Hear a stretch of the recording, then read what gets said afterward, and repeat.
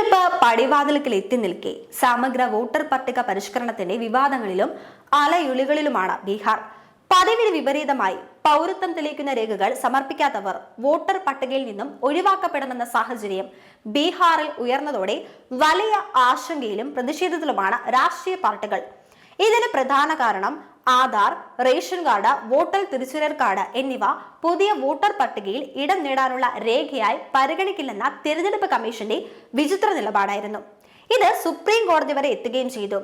Case പരിഗണിച്ച പരമോന്നത കോടതി കഴിഞ്ഞ ദിവസം തിരഞ്ഞെടുപ്പ് കമ്മീഷന്റെ നടപടിക്ക് താൽക്കാലിക ചെക്ക് പറഞ്ഞെങ്കിലും വിവാദങ്ങൾ അവസാനിച്ചിട്ടില്ല. ജൂലൈ 28-ന് കമ്മീഷൻ മറുപടി നൽകണം. വോട്ടർ പട്ടികയിലെ സമ്പൂർണ്ണ പരിഷ്കരണമാണ് പദ്ധതി കൊണ്ട് ലക്ഷ്യമെങ്കിലും ബീഹാർ പാത മറ്റ് പല സംസ്ഥാനങ്ങളെയും പ്രത്യേകിച്ച് ബംഗാളിനെ ലക്ഷ്യമിട്ടാണെന്ന വിലയിരുത്തലുകളുമുണ്ട്.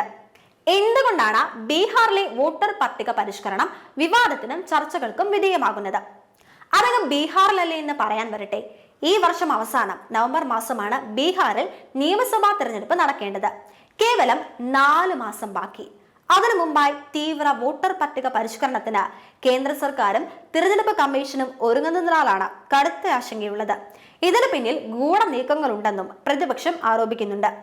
ആധാർ പൗരത്വ രേഖയായി കണക്കാക്കില്ലെന്ന് നേരത്തെ വ്യക്തമാക്കിയിരുന്നുവെങ്കിലും പുതിയ വോട്ടർ പട്ടികയിൽ ഇടം നേടാൻ ജനന സർട്ടിഫിക്കറ്റ്, പാസ്പോർട്ട്, വനാവകാശ സർട്ടിഫിക്കറ്റ്, ജാതി certificate, national register of citizen, family register card, ഭൂമിയോ വീടോ അനുവദിച്ചതിന്റെ സർട്ടിഫിക്കറ്റ്, വിദ്യാഭ്യാസ സർട്ടിഫിക്കറ്റ്, സ്ഥിരതാമസം തെളിയിക്കുന്ന സർട്ടിഫിക്കറ്റ്, സർക്കാർ ജീവനക്കാരാണെങ്കിൽ തിരിച്ചറിയൽ കാർഡ്, സർക്കാർ പ്രാദേശിക ഭരണകൂടങ്ങൾ, ബാങ്കുകൾ, പോസ്റ്റ് ഓഫീസുകൾ, LIC പൊതുമേഖലാ ബാങ്കുകൾ ഇഷ്യൂ ചെയ്ത ID കാർഡുകൾ തുടങ്ങിയ 11 രേഖകളിൽ ഏതെങ്കിലും ഒന്ന് ഹാജരാക്കാനാണ് ആവശ്യപ്പെടുന്നത്.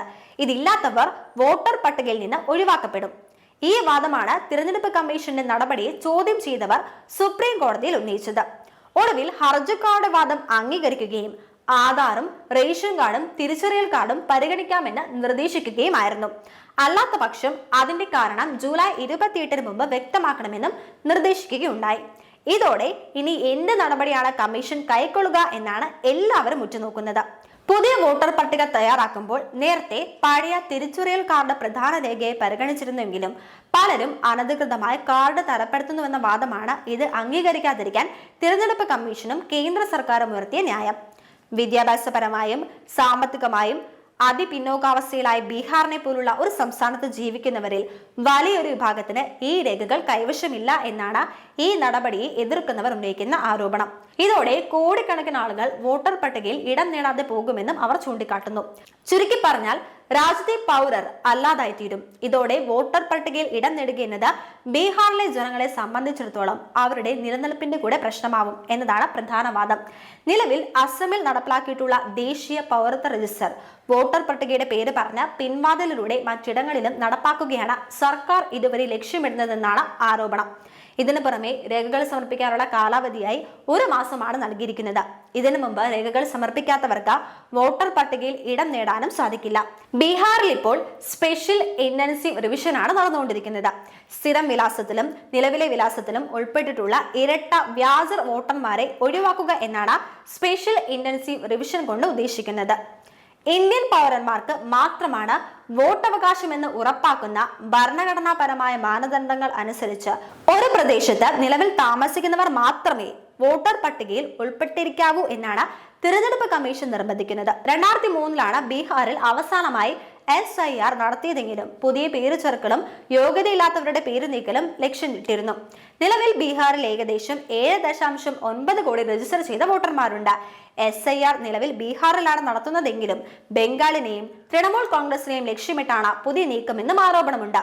ബംഗാളിൽ തൃണമൂൽ കോൺഗ്രസിന്റെ അപ്രമാദിത്വം ഇല്ലാതാക്കാൻ BJP നടത്തുന്ന രാഷ്ട്രീയ തന്ത്രത്തിന്റെ ഭാഗമാണ് ഇതെന്നും ചൂണ്ടിക്കാട്ടപ്പെടുന്നു. അടുത്ത വർഷമാണ് ബംഗാളിൽ നിയമസഭാ തെരഞ്ഞെടുപ്പ് നടക്കേണ്ടത്. ബീഹാറിലെ പോലെ ബംഗാളിലും ആധാറിനെ പടിക്ക് പുറത്താക്കിയുള്ള വോട്ടർ പട്ടിക പരിഷ്കരണം നടന്നാൽ അത് തൃണമൂലിന്റെ വോട്ട് ബാങ്കിനെ കാര്യമായി തന്നെ ബാധിക്കും. അങ്ങനെ വന്നാൽ ഇപ്പോൾ തന്നെ പ്രധാന പ്രതിപക്ഷമായി മാറിയ BJPക്ക് ഭരണത്തിലെത്താനുള്ള വഴിയായി ഇത് മാറുമെന്നും വിലയിരുത്തപ്പെടുന്നു. നിലവിലെ വോട്ടർ പട്ടിക തിരഞ്ഞെടുപ്പ് കമ്മീഷൻ പ്രസിദ്ധീകരിക്കുകയും ഇതിലെ കൂട്ടിച്ചേർക്കലുകൾക്കും തെറ്റുതിരുത്തലുകൾക്കുമുള്ള അവസരം പൊതുജനങ്ങൾക്ക് തന്നെ നൽകി പുതിയ വോട്ടർ പട്ടിക പ്രസിദ്ധീകരിക്കുകയായിരുന്നു ഇതുവരെയുള്ള നടപടി. ഇതിനാണ് SIR-ലൂടെ മാറ്റം വരുന്നത്. ഉദ്യോഗസ്ഥർ വീട് കയറി പട്ടിക ഉറപ്പാക്കുകയും ഇതിലൂടെ ചെയ്യും.